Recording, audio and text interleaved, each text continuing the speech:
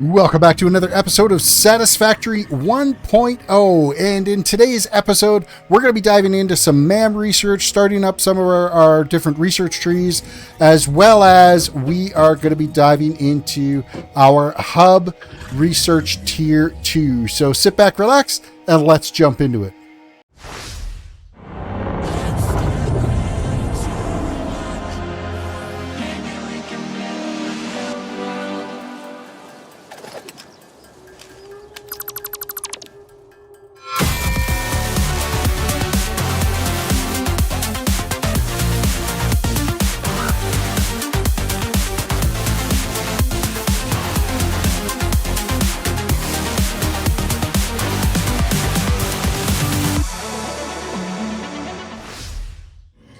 All right, quick review of what to expect here with Tier 2.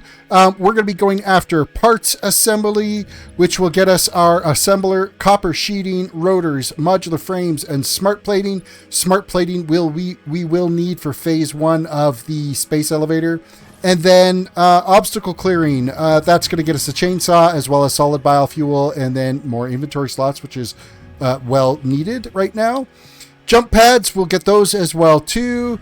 And then we will get the resource sink bonus program, which is our awesome sink, our awesome shop, and the build gun upgrade, as well as we're going to get the logistics Mark II, which gets us the Mark II conveyor belts, which are 120 items per minute, as well as their appropriate elevators, and then also stackable conveyors as well too. So we're going to be able to improve our logistics a little bit more here as we move along. So that's the goal, is we're going to take care of Tier 2 here. And then MAM Research, we're going to dive into that here right away, because I do have some of the stuff that we can start taking care of as far as molecular analysis machine, MAM Research, and the first thing we're going to do is alien megafauna is what we're going to go after. So I do have some of the hog meat, and we are going to start that research and get that going. At least it's only 3 seconds. Now, I'm not sure if Ada is going to jump in. Yes, Ada does jump in on this. The remains researched belong to an organism now dubbed the fluffy-tailed hog. It has many characteristics that would likely classify it among the Suidae family were it native to Earth. Hog remains can now be made into alien protein, and additional research may reveal options for improving pioneer safety during exploration. Yeah, we got the hog. I don't think we haven't come across any hatchers yet. We haven't come across any stingers yet, and we haven't come across any spitters yet. So it's going to take us a little bit before we get to that. We might be able to get to the the bioorganic properties. We might be able to get to.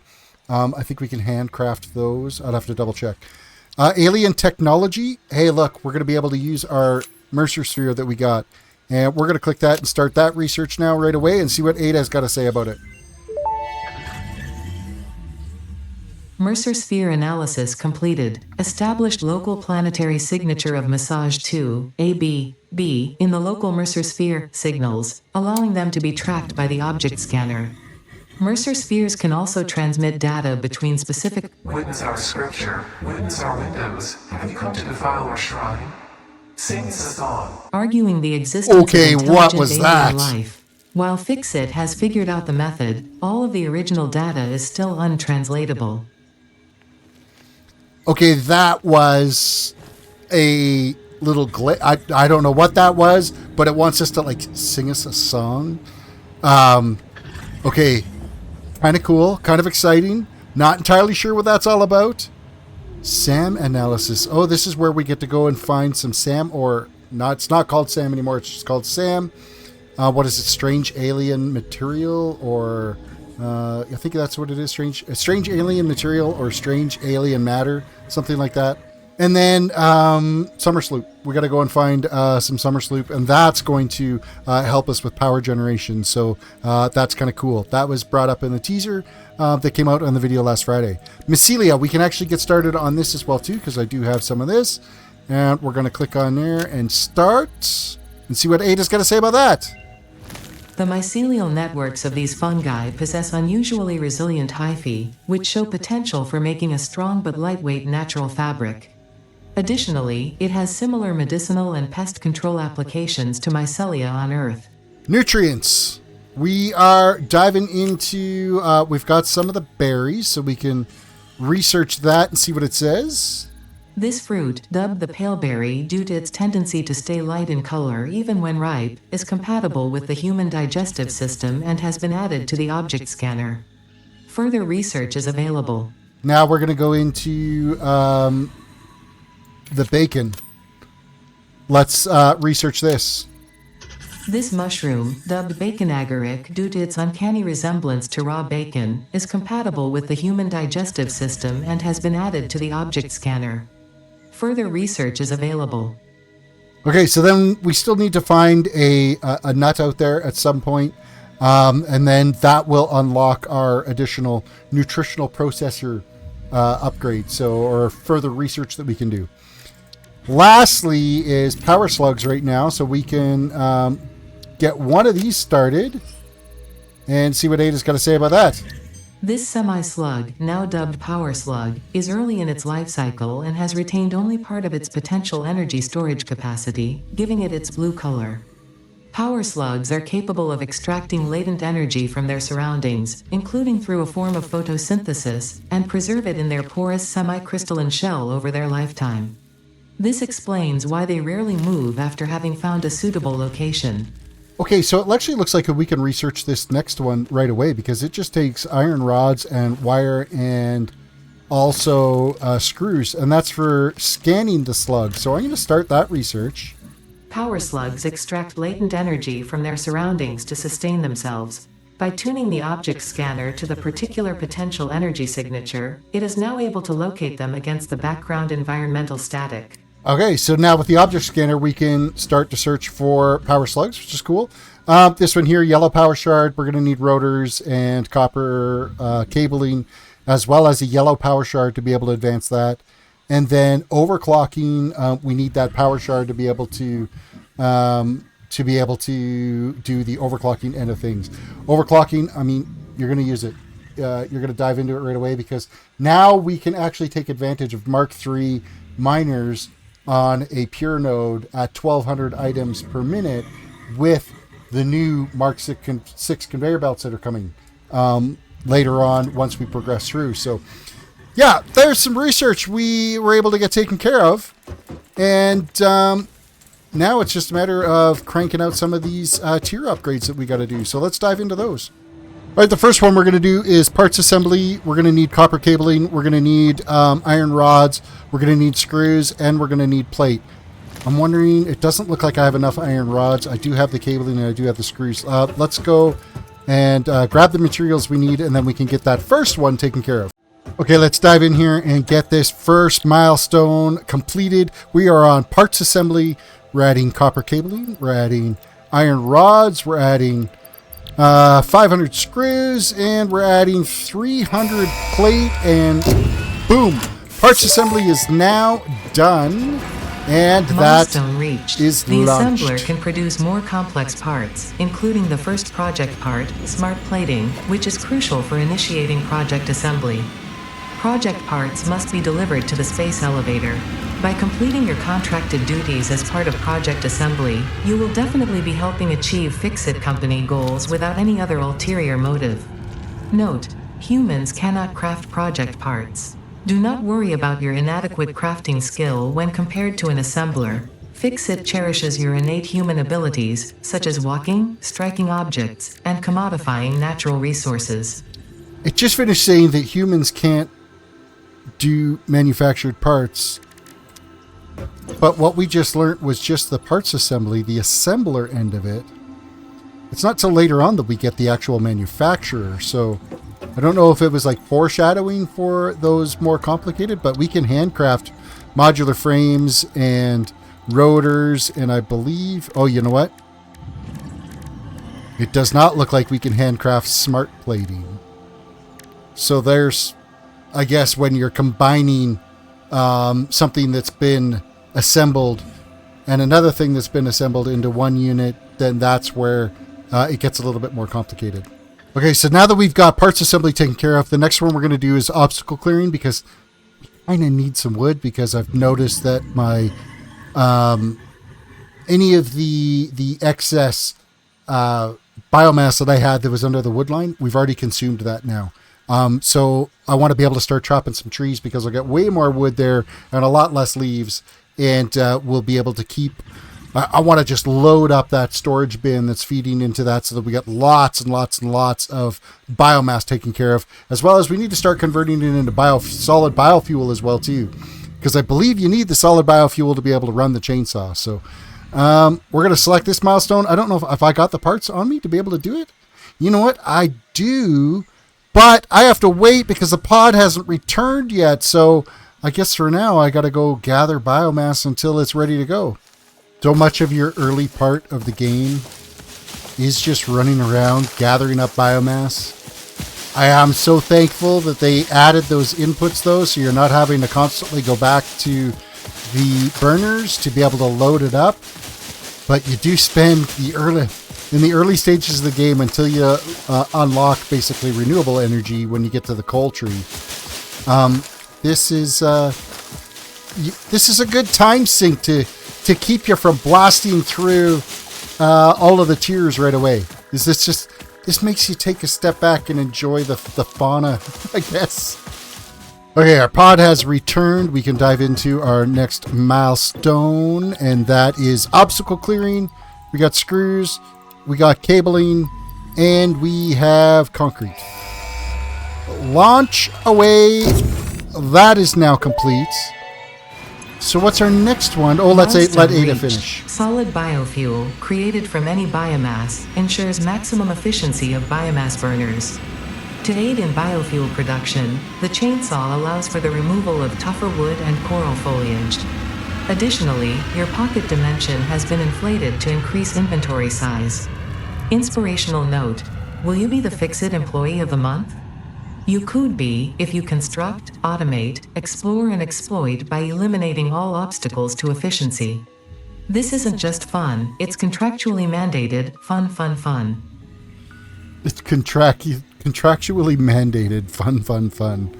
That's awesome. Next is jump pads, but then we need to actually start building rotors. Resource Sync bonus program. These are materials we're currently making, so we can crank that one out next. But we're going to start building our solid biofuel production line, so that we can take full advantage of the chainsaw. All right, we've upgraded our biomass production here just a little bit. So we're taking on this end here, I'm taking the wood, it's feeding into here, and then it's turning into biomass. The biomass then runs through to this constructor, and then it becomes solid biofuel. Solid biofuel runs into this storage container, and then it goes from here and splits off and is powering these 6. If I could get to a spot where you could eat these 6 biomass generators that are here, or biomass burners. This line here, because of course we're only being able to feed it at 60 items per minute. Can I get close enough to view that? We're only making 30 solid biofuel per minute out of this production line, which is technically enough to power 7.5 of the biomass burners. But I'm going to leave it at the 6 here so that I have a little bit of excess, which is 1.5 per minute. So that I've got something that I can grab with the chainsaw, so I can power the chainsaw with the solid biofuel. And then same thing's happening over here with the leaves. Better look here is leaves are going in this one here. They're flowing into this constructor that is making biomass.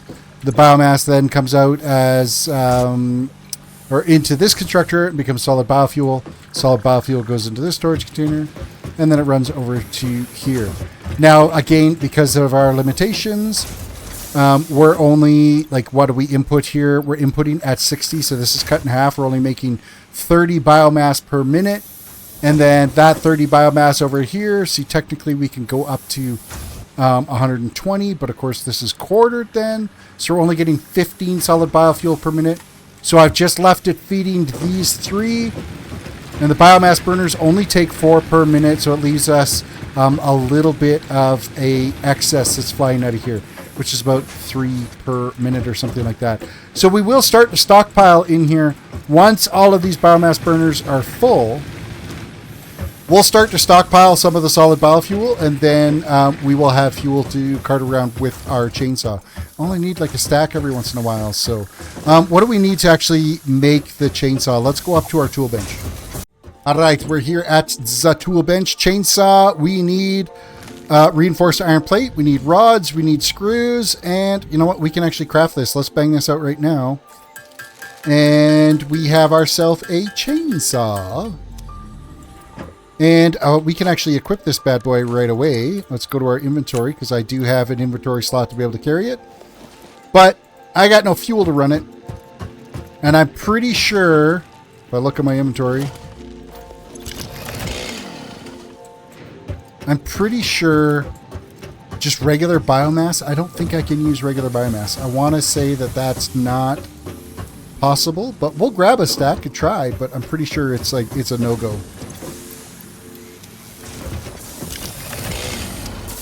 Yeah, no-go. So we need solid biofuel for that. So we'll let those keep running. Let's see if there's any of these that are kind of like full that I can steal from. You know what? We could take this one. I'm going to split it in half, throw it in there. And now I've got chainsaw fuel.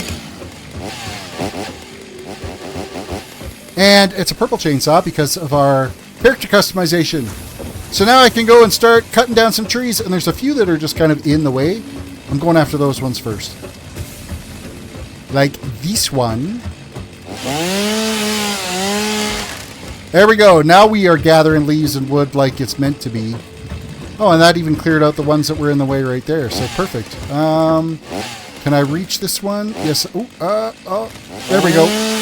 We got the angle we needed for it.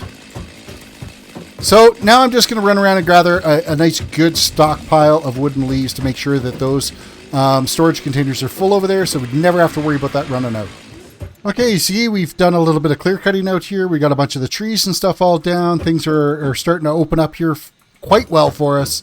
And I've got a little bit of a stockpile now of some wood, and solid biofuel is actively producing, so I think we're in good shape for our power. Let's just have a look here real quick at our production line. We are still making 270 megawatts of power, and we are consuming 137 megawatts of power. So we still got a little bit of a cushion, about 133 megawatts of power that we can play with, that we're overproducing at the moment.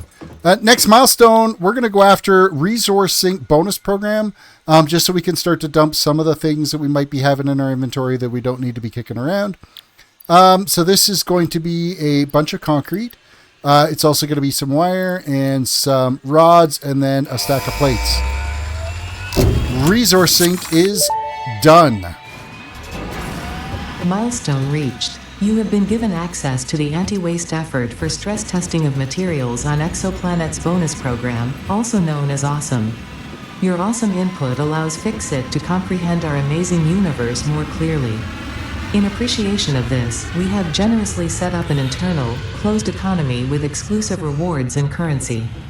Directing parts of varying quantity and complexity into the Awesome Resource Sink will grant Fixit coupons.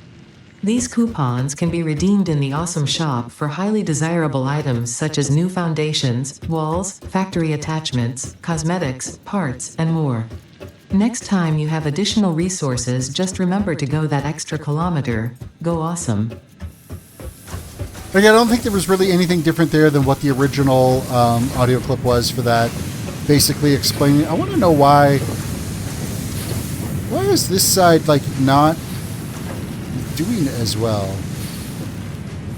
Like, we got 60 items per minute. It should be doing 30 and 30 into here, but it kind of isn't. I'm concerned. I'm going to split this and just throw half of it into here and half of it into here, just to see if things like kind of balance out a little bit better, because it should be 30 items and 30 items, and I'm not sure what would have backlogged that at all. It shouldn't have. Because then these are making 30 items per. And then, of course, that's all combining and going in here. Oh, we're almost fully stocked on iron plate now. Which means iron rods are probably pretty close. And then we have 2 production lines that are making our screws, of which they are getting really close to being full.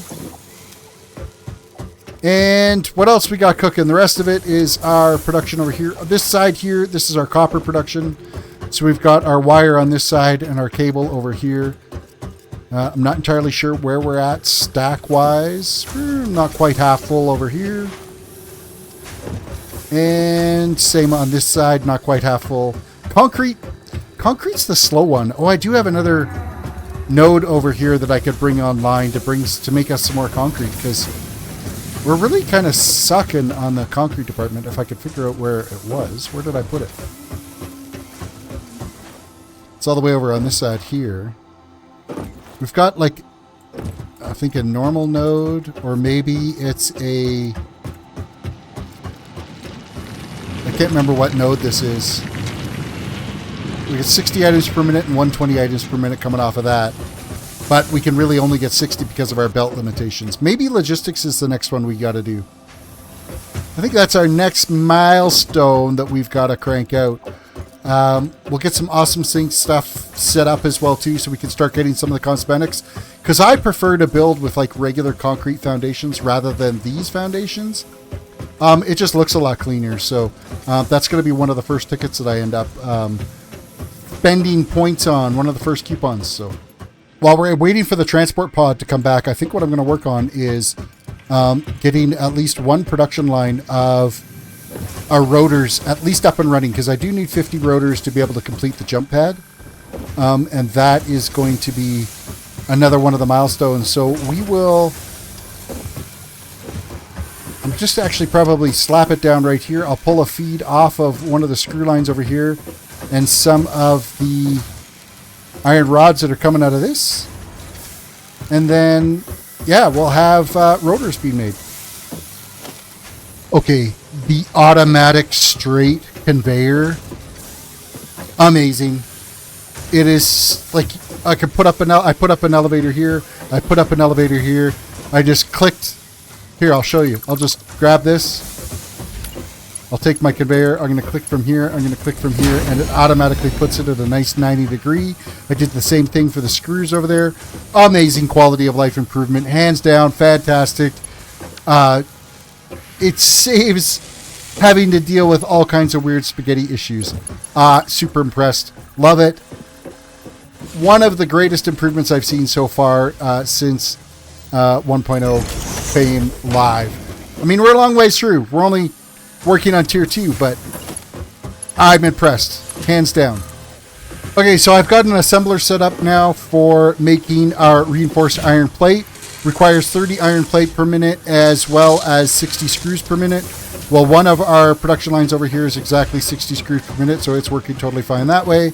And I believe we are making like 60... No, we're making 40 plate per minute, so we have an excess of 10, which is good. It'll keep this topped up for us as we plug along here. The next one that we've got is our rotor assembly. That takes rods and screws. Our rods, we need 20 iron rods per minute. Screws, we need 100. Well, until we do the next phase of logistics, we're stuck at 60 items per minute. So we're not making this at 100% efficiency right now. We're going to starve out on the screws. It's nothing we can do about it until we get the next phase of logistics done, which is coming up here really quick. Like our Mark II logistics will be coming up here right away.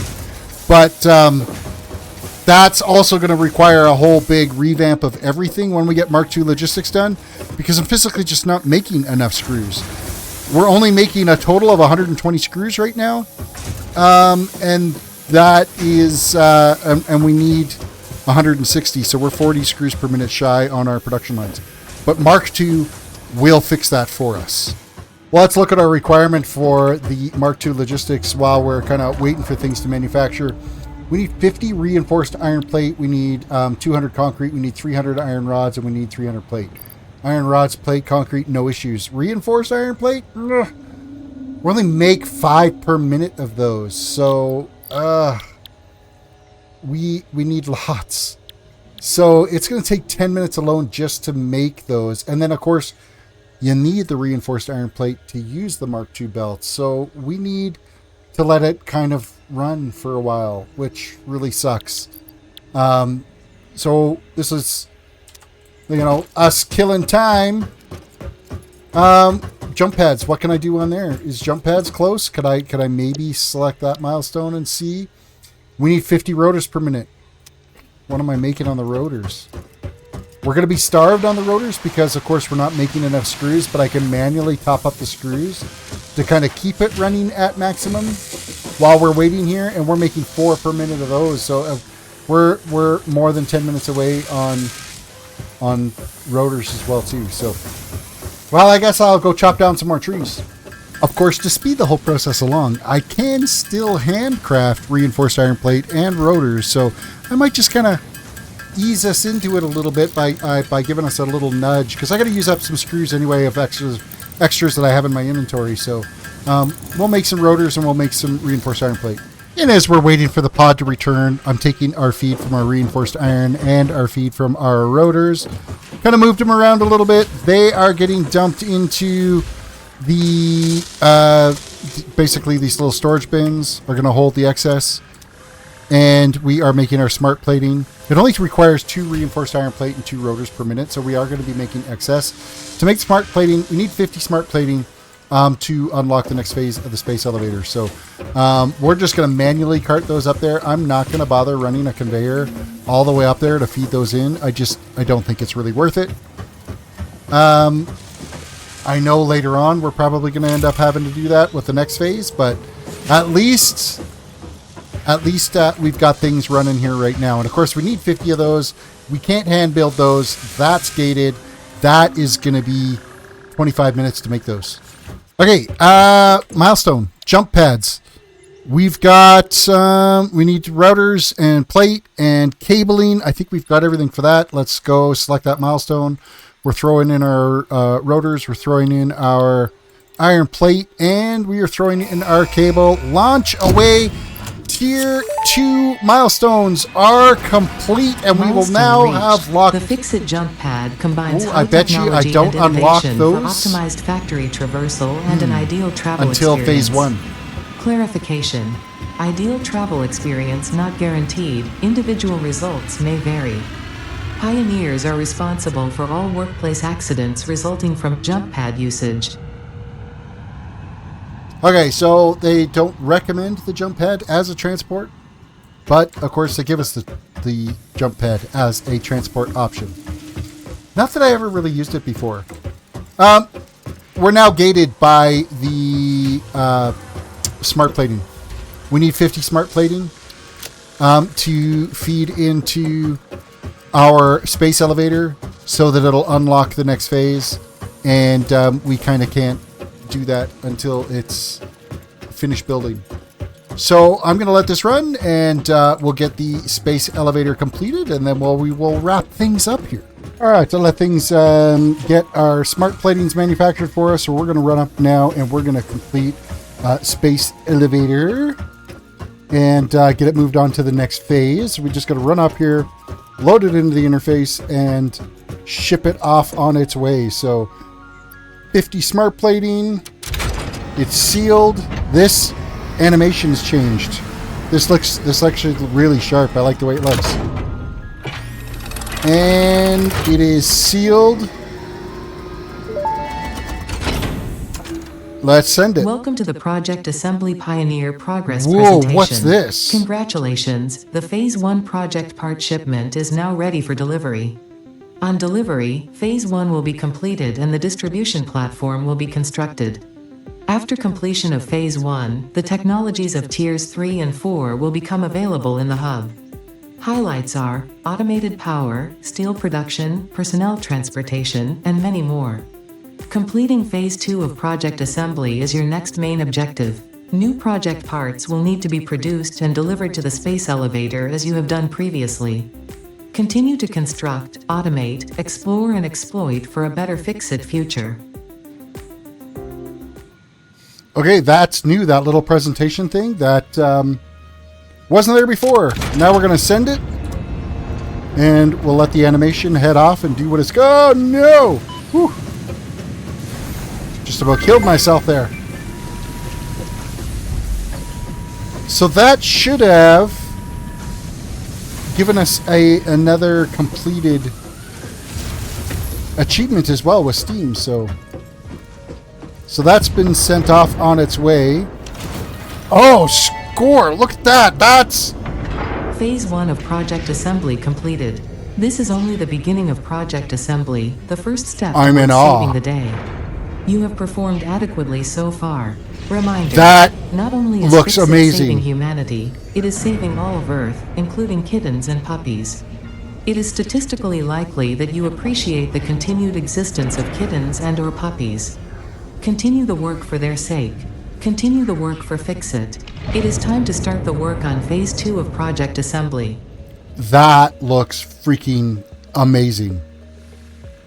Oh, I can't wait to keep plugging away now at the space elevator. Oh, wow. That's... Okay, well, there's something new. And with that said, that's going to wrap it up for this episode. Thank you for watching us go through Tier 2 of our first playthrough through Satisfactory 1.0.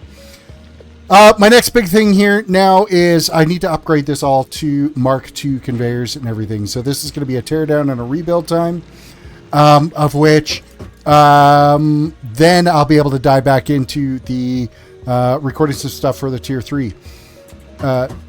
Tier 3, let's have a quick look at it before we dive off.